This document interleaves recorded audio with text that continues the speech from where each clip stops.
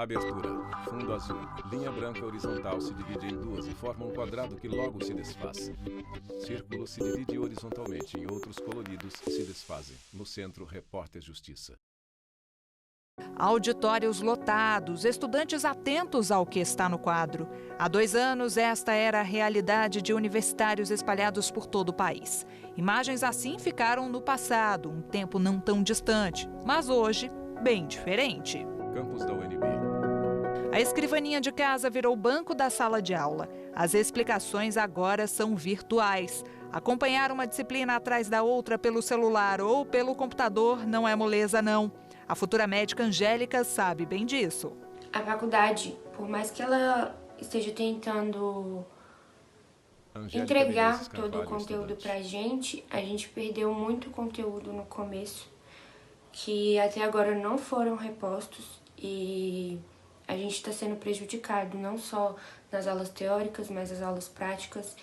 E tem muita coisa que eles estão deixando passar, sem contar que é muito mais difícil você ser acostumado a estudar tendo contato com o professor, tendo contato com as peças, tendo contato com os casos, com os pacientes, e você ter que ver tudo pela tela do computador e de uma forma bem mais resumida. Reclamações e constatações iguais, independentemente do curso. Embora o ensino remoto tenha sido uma ferramenta imprescindível nesse momento que nós estamos vivendo, ao mesmo tempo nos afastou daquela troca que nós tínhamos com os docentes e que, a meu ver, era fundamental para o aprendizado. Vitor está no 9º semestre de Direito. Segue firme e forte com o objetivo de se formar em breve. Quando passou a ter aulas no novo modelo, o rapaz de Caldas Novas, em Goiás, percebeu uma baixa adesão dos colegas. Quando o acadêmico ingressa na faculdade, na modalidade presencial, isso acaba despertando um interesse maior nesse aluno. Agora, quando uma situação totalmente extraordinária nos impõe um regime de ensino 100% remoto, isso opera efeitos opostos. Então, há uma displicência maior, há um desinteresse maior por parte desse aluno e isso, com certeza, vai impactar no aprendizado. Desinteresse ou dificuldade de acesso? Eis a questão. Desde o início da pandemia do novo coronavírus, quase 152 mil chips de celulares foram entregues para que universitários pudessem acompanhar as classes remotas. Poucos alunos tiveram auxílio financeiro para aquisição ou melhoria de equipamentos. Menor ainda foi o número de empréstimos de equipamentos de instituições federais de ensino. Para dar aula com qualidade, alguns professores também recorreram a máquinas das universidades. Problemas para acessar um conteúdo e para lidar com a metodologia de ensino. Os últimos meses foram desafiadores para estudantes e principalmente para professores. Óbvio que a gente já tem muito mais facilidade do que tínhamos há um ano atrás com todas essas tecnologias, esses mecanismos de atividades, né? Mas claro que tem muito ainda a ser trabalhado para que a gente diga, nós estamos prontos, preparados. Já são 25 anos dando aulas presenciais. A falta de familiaridade com o modelo online foi um entrave para o Rogério, que mal teve tempo de se adaptar. Por mais que tentamos ser carinhosos com os nossos alunos, por mais que nós tentamos ser próximos, a distância, a barreira que é imposta pela tecnologia também não traz muito conforto para o aluno, que muitas vezes não possui o instrumental necessário para fazer o acompanhamento das aulas. E também, como muitos perderam o emprego, também não tiveram condições de comprar, de se abastecer de recursos tecnológicos mais recentes para poder estar acompanhando as aulas virtuais. A crise sanitária afetou o desenvolvimento de vários setores. Na área educacional não foi diferente. Os prejuízos financeiros causados pela pandemia do novo coronavírus impediram o ingresso em universidades. Um estudo da Associação Brasileira de Mantenedoras de Ensino Superior revelou que a suspensão do auxílio emergencial, por exemplo, fez com que muitos jovens abandonassem os estudos ou mesmo desistissem de ter uma graduação. O corte no pagamento do auxílio emergencial influenciou negativamente essa situação. Os alunos não tiveram condições, de ingressar no ensino superior agora no início de 2021. Outro fator foi o adiamento do Enem no primeiro semestre. É pela nota no exame que brasileiros podem ser selecionados em instituições públicas, privadas e em programas como o FIES e o ProUni. Nós já tivemos um déficit muito grande em 2020 e agora maior ainda em 2021. E isso pode ensejar em um apagão de mão de obra qualificada no futuro. Então, por conta desses alunos que estão adiando, nós vamos ter um gap aí na educação superior que no futuro pode prejudicar enormemente o desenvolvimento do país por falta de mão de obra qualificada. A notícia boa é que, de acordo com a pesquisa que nós fizemos, os alunos têm intenção de ingressar no segundo semestre. Então, eles apenas adiaram o sonho da graduação, do ingresso no primeiro semestre, mas têm a intenção de ingressar no segundo. Vamos ver se isso vai concretizar. O Gleidson enfrentou muitos obstáculos para se formar no ensino médio na zona rural de São Luís do Curu, no interior cearense. Não conseguiu a tão sonhada vaga no curso de pedagogia pelo Enem, mas com a ajuda da família foi matriculado em uma instituição particular. E eu fiquei muito feliz e muito orgulhoso, porque vou ser o primeiro da minha família que vou fazer uma faculdade. Minha família é muito grande, mas nunca tinha feito uma faculdade. E como será começar a vida acadêmica no novo modelo? No Rio Grande do Sul, o início das aulas da Thalia no curso de Publicidade e Propaganda da Unipampa coincidiu com a pandemia. O adiamento do curso chegou a ser cogitado. Confesso que sim, eu pensei nisso, mas como geralmente nos primeiros semestres as disciplinas são mais teóricas, eu optei por continuar. Na minha visão foi uma experiência positiva e também foi desafiante, porque até a gente voltar a se acostumar a estudar em casa, tem barulho, acontecem imprevistos que fogem do nosso controle muitas vezes. Também foi desafiadora pelo fato de, já no primeiro semestre, a gente ter um projeto com uma empresa real em marketing, mas foi algo bem positivo, deu certo e também a gente conseguiu se aproximar dos colegas, porque era um trabalho em grupo. E é bom ir se acostumando. O ensino híbrido, aquele que mescla aulas presenciais e à distância, tende a ser uma realidade nos ensinos público e privado daqui para frente. É claro que a gente precisa do retorno presencial, porque nós temos uma série de atividades que têm que ser desenvolvidas presencialmente, mas essa questão do trabalho remoto é algo que a gente está discutindo trabalhar de forma híbrida.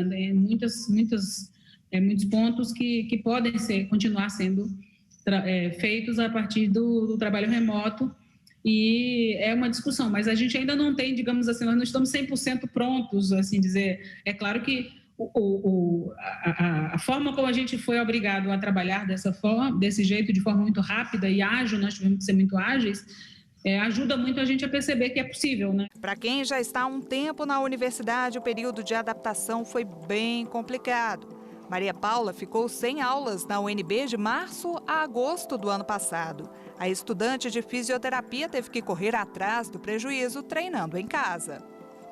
Nesse período de quase 5 meses sem aula, deu para esquecer muita coisa. E mesmo para quem estudou sozinho, não tem o auxílio de um professor para mostrar o que é mais importante.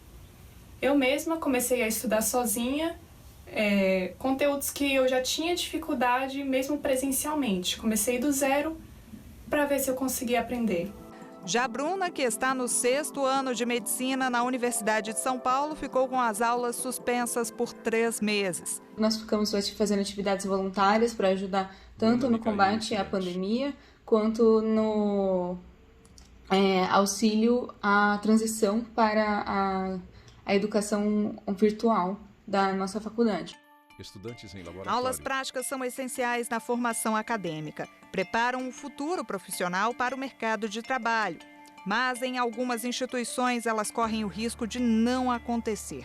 Por falta de verbas, a Universidade Federal do Rio de Janeiro vive um momento crítico. O orçamento da UFRJ ele vem sofrendo cortes desde 2014, 2015, progressivamente.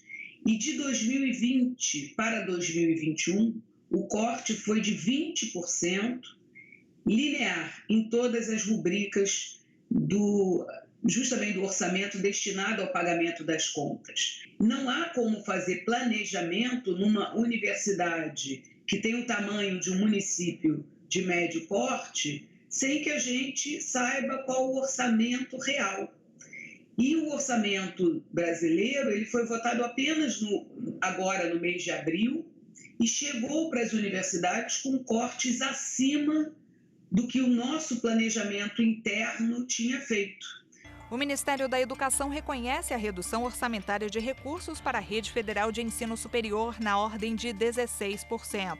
A pasta também esclarece que para universidades e institutos federais houve bloqueio orçamentário de 13,8%. O MEC diz ainda que está promovendo ações junto ao Ministério da Economia para que as dotações sejam desbloqueadas e o orçamento seja disponibilizado na totalidade. A gente está caminhando na contramão da realidade. Laila Jorge, a realidade deveria ser perceber a educação como um bem coletivo, como um bem cujo investimento tem um retorno muito grande para o Estado.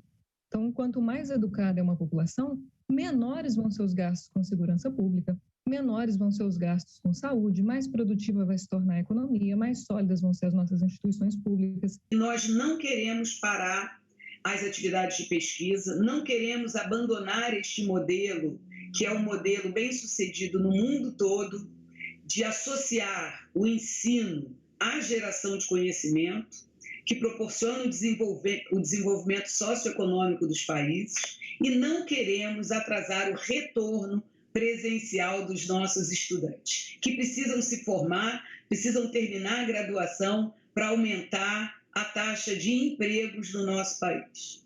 No próximo bloco, o repórter Leonardo Ferreira vai falar sobre os desafios enfrentados pelos universitários brasileiros para que eles consigam se manter no ensino superior. Não saia daí, o intervalo é rápido. Vinheta de transição. No Centro, Repórter Justiça. Vinheta de transição. No Centro, Repórter Justiça. Lucas se forma em odontologia pela Universidade de São Paulo este ano. Se tivesse que pagar pelo curso, o sonho da graduação não seria possível. O curso de odontologia é um curso muito caro ainda em toda a região do Brasil.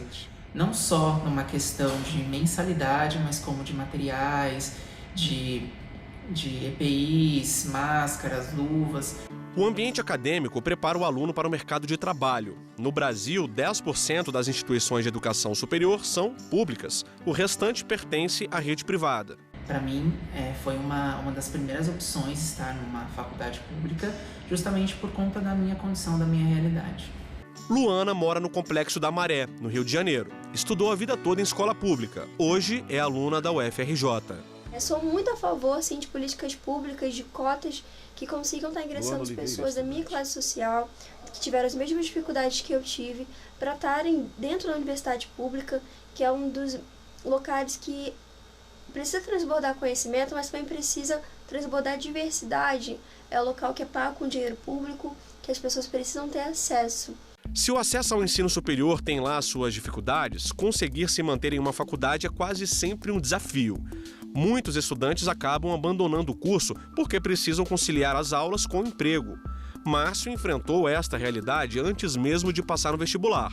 Fazia cursinho e trabalhava. Ou eu sonhava em passar na faculdade ou eu sobrevivia, né, e não me tornava um peso para os meus pais. E para sobreviver eu precisei trabalhar.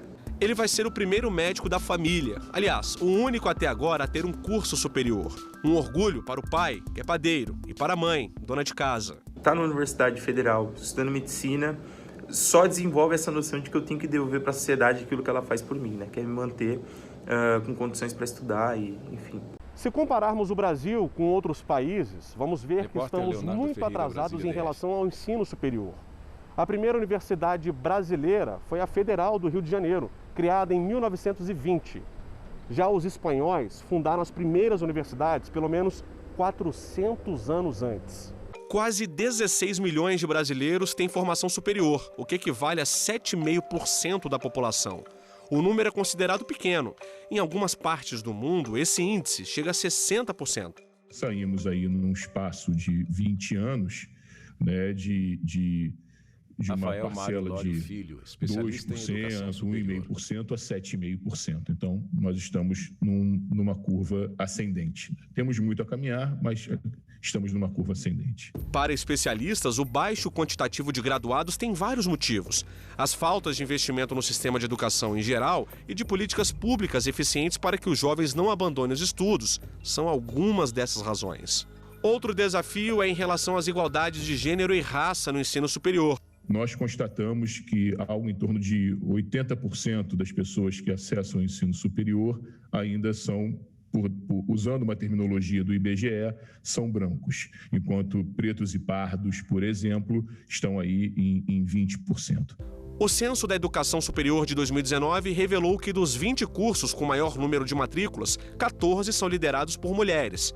São eles pedagogia, serviço social, enfermagem, nutrição, psicologia, farmácia, arquitetura e urbanismo, medicina, direito, administração, fisioterapia, contabilidade, gestão de pessoas e odontologia. Já os cursos de Sistema de Informação, Educação Física e as engenharias mecânica, civil e de produção têm maior proporção de homens. Verificamos muitas vezes que as mulheres estão mais inseridas em cursos relacionados às ciências humanas, né, às ciências sociais, enquanto os homens estão inseridos em cursos mais voltados a tecnologias, enfim, e que isso também vai levar como resultado no mercado de trabalho que algumas profissões são melhor remuneradas do que outras. Então, novamente, essa assimetria se estabelece. Agora vamos a alguns cálculos. 16 milhões de vagas são ofertadas pelas universidades públicas e privadas, mas 4,5 milhões de cadeiras ainda estão vazias. Assim como investir em educação básica é importante para garantir que os estudantes cheguem no ensino superior, a gente investir em educação superior também é fundamental, porque dali vão sair os docentes para a educação básica. E ali a gente pode criar esse atalho para a consolidação da cultura. Você tem um número maior de pessoas com nível superior, cujos filhos vão aproveitar esse benefício acumulado também. Uma pesquisa do Ministério da Educação revelou que apenas 2% das mais de 2.000 instituições de ensino superior tiveram nota máxima no Índice Geral de Cursos, um indicador de avaliação de qualidade. A gente tem que levar em consideração que nem todas têm um perfil de instituição de pesquisa, né? Então, por exemplo, para essas, às vezes elas podem ser 5 em desempenho do estudante, em valor agregado do curso, né? Mas ali na avaliação da CAPES, né, ela às vezes não vai pontuar mais baixo, né? Porque às vezes só tem 2 programas de mestrado, 1 de doutorado, né? Então a gente tem que levar em consideração essas missões distintas, né, e as características das instituições. Ainda de acordo com o levantamento, Espírito Santo, Rio de Janeiro e Rio Grande do Norte foram os estados com maior número de instituições a tirar nota máxima no IGC. Às vezes a educação básica pode estar impactando, né? Às vezes é uma questão também de proporcionalidade mesmo, né? Como você tem menos instituições, né? É um estado menor, né? Às vezes você consegue ter um acompanhamento mais próximo, né? Ou às vezes um direcionamento, um foco maior. A educação é um direito garantido na Constituição Federal. Antes de investir na estrutura das instituições de ensino superior, é preciso pensar em estratégias para manter os alunos até o fim do curso. Nós estamos falando de gastos relacionados a deslocamentos, a alimentação. Então, quando você precisa ter um foco em políticas públicas que garantam a permanência desse estudante, que muitas vezes entra, tranca a matrícula, pede para reabrir, ou seja, a própria continuidade do estudo para ele é um grande desafio. Em São Paulo, Guilherme se debruça nos livros de Direito e Filosofia. Ele é aluno dos 2 cursos na Universidade Federal do ABC e em uma instituição privada, onde conseguiu bolsa integral. Eu consegui a bolsa integral e também uma bolsa de auxílio para cobrir os custos de estudo, como, por exemplo, os livros de Direito. Para Guilherme, que é pardo, descendente de índios e da comunidade LGBT, estar na universidade é motivo de orgulho. Nosso Estado brasileiro ele é composto e sempre foi composto por uma classe muito específica de ricos, brancos, homens, que decidem majoritariamente para a sua própria classe. Para que exista democracia de fato no país, é preciso que pessoas diferentes ocupem postos de poder. Portanto, as cotas e as ações afirmativas são extremamente necessárias para que essas pessoas se eduquem, tenham oportunidade de acessar esses espaços e mudem o país para que ele de fato seja democrático. Ensino superior para todos. Depois de mais de 30 anos longe da sala de aula, Maria das Graças decidiu voltar a estudar. Em breve, ela se forma em pedagogia. Eu pretendo terminar agora e pretendo ainda continuar na sala de aula. Se tudo der certo, eu espero. Revolta, dor, saudade. No ano passado, Miguel, filho de Mirtes, morreu ao cair do 9º andar de um prédio em Recife. Ela trabalhava como doméstica e havia levado o filho porque no dia a creche estava fechada. A ex-patroa foi denunciada pelo Ministério Público por abandono de incapaz. Enquanto espera por justiça, Mirtes une forças para voltar a estudar. Resolvi fazer faculdade de Direito para entender melhor o andamento do processo do meu filho. E lá na frente poder ajudar outras pessoas a não passar pelo que eu venho passando hoje. Teve um período que eu precisei parar, mas agora eu estou retomando aos estudos, obtendo mais conhecimento para chegar onde eu quero, promotora ou juíza. E eu vou chegar lá através da educação, através do meu esforço, dos estudos, do conhecimento. Exemplo que vem de família. A mãe dela, Dona Marta, terminou o ensino médio aos 50 anos. É sempre bom estudar. Marta Maria Santana Alves, conhecer que muita coisa mudou de lá de trás para cá. No próximo bloco, vamos falar sobre os desafios da pós-graduação. Continue com a gente, o Repórter Justiça volta em instantes. Vinheta de transição no Centro Repórter Justiça. Vinheta de transição no Centro Repórter Justiça. Profissional qualificado, país desenvolvido. No bloco anterior, mostramos os desafios do acesso e da qualidade do ensino superior. Na pós-graduação, também há barreiras a serem superadas. Se é difícil você se manter 4 anos fazendo uma graduação, você, depois de uma graduação, decidir continuar na academia, decidir continuar e seguir para um mestrado, ou seguir para um doutorado, ou seguir para uma especialização, é uma opção difícil para muitos estudantes. Temos um funil e quanto mais subimos nos graus dessa educação, maior esse funil. Então, ou seja, o maior número de pessoas, menos pessoas ingressam, por exemplo, na pós-graduação. O Brasil conta hoje com 49 áreas de conhecimento na pós-graduação. Estamos falando de cerca de 4.600 cursos. Além desse leque de opções, o Brasil é referência para o mundo com o sistema público de pós-graduação, que oferece bolsa de estudos. Isso é raro, isso tem paralelo em pouquíssimos países no mundo. Isso é uma conquista do exercício constitucional do direito à educação. Na última década, a pós-graduação no Brasil cresceu quase 50%. Mais do que ter uma especialização, quem estuda continuadamente contribui para os desenvolvimentos social e econômico do país. Mas isso só é possível com investimento em ciência, tecnologia e pesquisa. Às vezes as pessoas entendem que fazer uma pesquisa para vacina é fundamental porque isso você verificará, o resultado prático na saúde das pessoas. Mas tem um conjunto de pesquisas anteriores, de pesquisa de base, de reflexões, por exemplo, nas ciências sociais, para entender as populações onde, por exemplo, essa vacina vai ser aplicada, enfim, os comportamentos que são complementares a esse resultado final. No mercado de trabalho, as mulheres ainda sofrem com a desigualdade de gênero. Parece um tanto contraditório, porque na pós-graduação, elas são maioria. Nascida e criada no subúrbio do Rio de Janeiro, Luciane é hoje mestre em Ciência da Arte e doutora em Letras. Quando eu nasci, um anjo esbelto desses que tocam trombeta anunciou: vai carregar bandeira, cargo muito pesado para uma mulher. Essa espécie ainda envergonhada. E aí por aí vai o poema lindíssimo da Adélia Prado. E esse poema nos dá uma significativa lição. Sexo frágil nós não somos.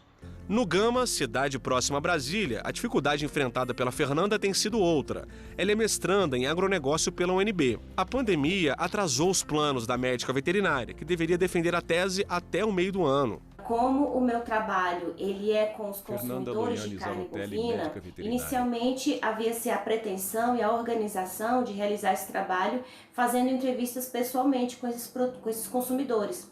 Só que por conta da pandemia, esse contato ele ficou prejudicado. Então, eu e minha orientadora, nós conversamos bastante e tivemos que fazer uma readaptação do meu trabalho, fazendo com que eu chegasse a esses consumidores por aplicativo. Da cidade para a zona rural. Na Bahia, Neuza conseguiu entrar na universidade e se formou em História. Isso foi possível graças às políticas afirmativas. Hoje eu sou mestranda no curso de História da África, da diáspora dos povos indígenas. E a minha maior dificuldade hoje é a dificuldade financeira, né? Antes da pandemia já existia e com a pandemia veio a se agravar, porque o mestrado ele não oferece bolsa, tá? E aí a gente tem que estar se virando como pode, com a ajuda da família. A inclusão de negros, sobretudo pobres, nas universidades públicas ou privadas com bolsa de estudo é o objetivo da Educafro.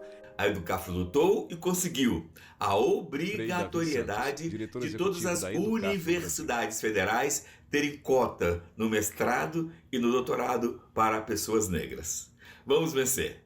É a luta por uma pós-graduação acessível a todos. Você só muda, de fato, o país na medida que você tem uma educação de qualidade. Professor de Direito Educacional. E aí você precisa garantir que todas as pessoas efetivamente tenham esse acesso. E assim a gente termina o Repórter Justiça desta semana. Já segue o nosso perfil no Instagram, é o TV Justiça Oficial. No YouTube o canal é o mesmo. Se quiser entrar em contato com nossa produção, o e-mail é o reporterjustiça@stf.jus.br. Até a próxima. Créditos finais. Produção: Joyce Pires, Marcela Luiza e Thalita Oliveira. Reportagem: Fernanda Muilaiati e Leonardo Ferreira. Edição e texto: Fernanda Muilaiati. Cabelo e maquiagem: Eliane Neres. Figurino: Thalita Oliveira. Cinegrafia: Harry Góes, Jefferson Martins, Lázaro Filho e Luiz Guilherme. Assistência técnica: Kleber Leite e Luiz de Mello. Edição de pós-produção: Diego Gagliotti. Videografismo: Lucas Matias. Audiodescrição visual: roteiro: Kainan Liano. Narração: Valmir Nascimento. Núcleo de programação: Pazoazzi. Núcleo técnico: Fábio Guedes. Núcleo de produção de programas: Flávio Soledade. Supervisão: Coordenadoria de Gestão da TV Rádio Justiça, Secretaria de Comunicação Social, STF. Realização: TV Justiça Essencial 2021.